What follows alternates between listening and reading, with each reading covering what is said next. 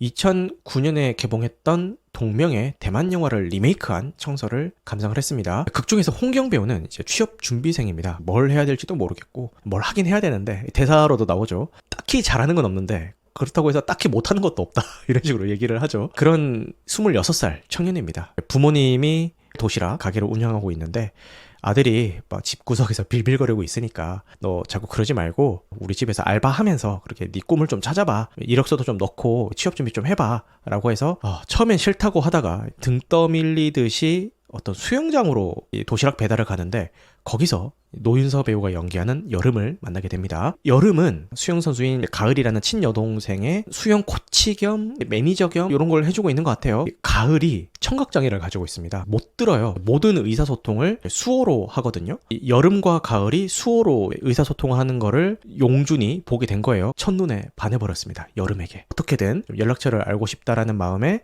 여러 가지 노력들을 하게 되는데 다행히 용준이 수어를 할 줄 알아요. 대학 시절에 배워놨다라고 하더라고요. 여름과 가을에게 좀 친근하게 다가가기 쉬워졌고 용준도 이 둘을 대할 때 수어를 쓰면서 대하기 때문에 가을이랑 여름도 당연히 용준 역시 청각장애인일 것이다 라고 생각을 하고 유대감도 형성이 되면서 세 명이 급속도로 가까워지게 됩니다. 용준과 여름의 여름날의 사랑 이야기를 그리는 게 이 작품의 전체적인 스토리가 되겠습니다. 청각장애를 소재로 한 작품이기 때문에 대사에 거의 80% 이상? 거의 대부분의 대사가 다 수어로 이루어져 있어요. 신기하더라고요. 보통은 감정 전달이나 이런 것들이 말의 억양이라든지 뉘앙스나 이런 것들로 전달이 될 거라고 저는 생각을 했는데 배우들이 스크린에서 수어로 연기를 하고 있는데 충분히 그 감정이나 이런 것들이 다 전달이 되더라고요. 영화상의 대사로도 나옵니다. 장애를 가진 사람들이 수영장에서 연습을 하고 있으니까 그 옆 레인에서 훈련을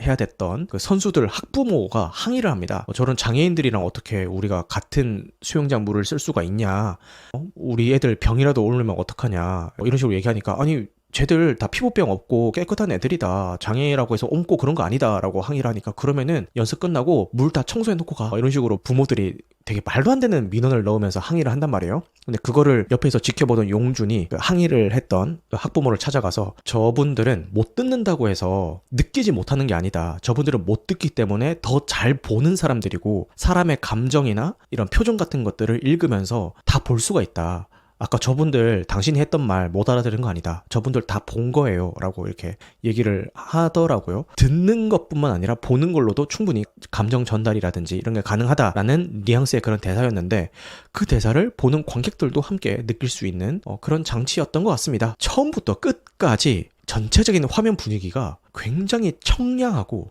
맑고 깨끗하고 순수하게 잡혀 있습니다. 요즘 한국 영화들 뭐 욕이 많이 나온다 이런 얘기 하잖아요. 가벼운 욕조차도 없고요. 화면 분위기나 이 미장센들 그리고 두 청춘 배우를 카메라에 담는 모든 이런 분위기들이 너무 깨끗하고 청량해서 되게 반가웠어요. 한국 영화가 이렇게 청량하고 제대로 된 청춘 로맨스 장르를 다룬 게 얼마만이냐. 요즘 영화들 보면은 자극적이고 도파민 을 자극하는 그런 소재들이나 연출들을 쓰는 작품들이 굉장히 많아졌는데 그런 작품들 속에서 디톡스하는 기분이 들 정도로 자극적인 장면 하나 없이 예쁘게 모든 상황들을 그려내는 것만으로도 영화를 충분히 잘 만들 수가 있구나라는 생각에 되게 인상 깊게 감상을 했습니다. 근데 하지만 이런 반가움이 완전 후반부에 나오는 그 반전 요소에서 무너지게 되는데 사실은 이 여름은 청각장애를 가진 사람이 아니에요. 다 들을 수 있고 부모님도 다 청각장애를 가지고 있고 동생인 가을도 청각장애를 가지고 있기 때문에 그 속에서 살다 보니까 말보다는 수어로 의사소통하는 게 더 편했고 그러다 보니까 수어로 이야기를 하게 된 거거든요. 근데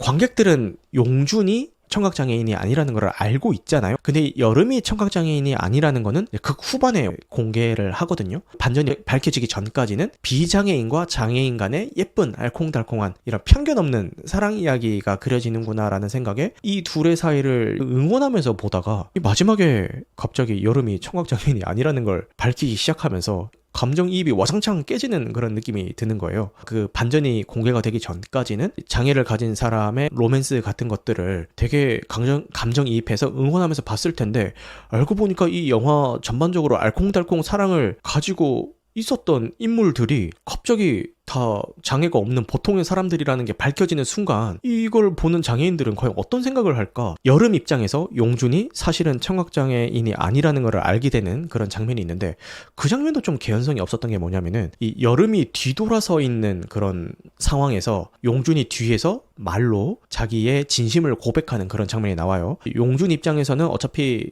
여름은 뒤돌아서 있기 때문에 자기가 하는 말을 못 들을 거라고 생각하고 뒤에서 담담하게 고백하는 그런 장면이 나옵니다. 근데 여러분 생각해보세요. 여러분들 같은 경우에 저 사람이 난 청각장애인인 줄 알았는데 갑자기 뒤에서 말을 시작해. 뒤에서 갑자기 말하기 시작해. 그럼 여러분들 반응 어떨 것 같아요? 어? 이거 아니에요? 뭐야?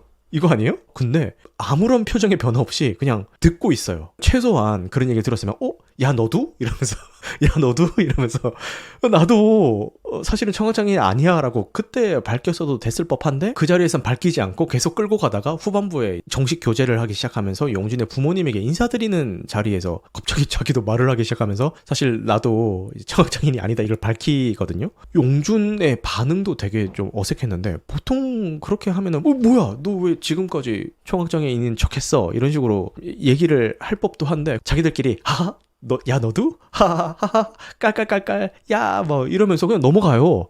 거기서 제 몰입감이 와장창이 됐던 것 같습니다. 이 원작이 만들어진 지 15년이 흘렀거든요. 그러면은 지금 현 시대의 정서를 반영을 한다든가 부족했던 개연성을 더 각색을 한다든가 이런 시도들이 있었을 법도 한데 15년 전의 작품의 결을 그대로 가져와서 이렇게 했다라는 게 조금 아쉽긴 합니다. 결론적으로 청설은 굉장히 아름다운 영상미 그리고 배우들의 연기, 그리고 굉장히 순수한 감정을 가지고 오랜만에 볼 수 있는 그런 청춘 로맨스 영화라서 되게 반갑긴 했는데 장애라는 소재를 너무 도구화 시켜서 소비를 해버린 게 아닌가라는 그런 좀 아쉬움이 남는 작품이긴 했어요.